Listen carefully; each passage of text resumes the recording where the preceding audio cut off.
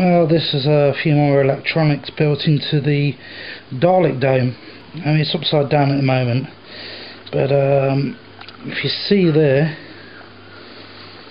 I basically gutted a remote control Dalek and took its sound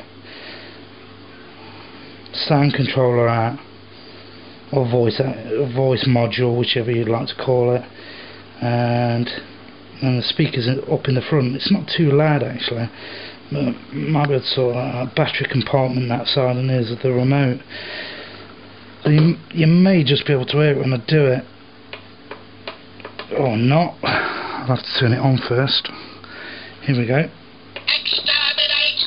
Exterminate! Exterminate! I'll show you it right side up when I screw the inner circle back on. This is it with the inner plate put back on.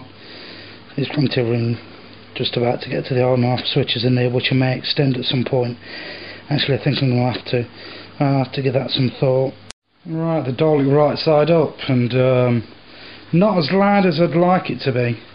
Something I'm going to have to give some more thought as well. But if you see the remote here, press the first one. It's flashing, so second one.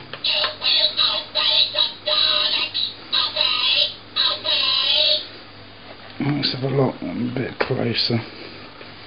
Let's try another one.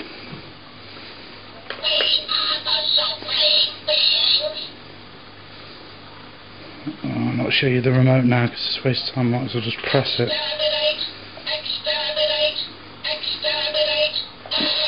Shut this door, you might see it flashing a bit better. Ah, that's better.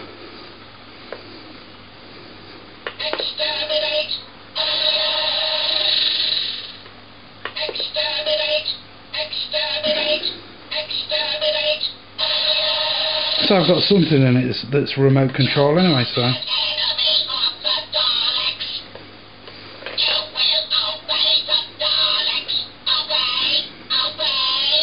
I think the actual Dalek itself cost me about 10 quid. So, you know, now I've got an actual remote control Dalek. Well, voice anyway. I still intend on putting a receiver in there.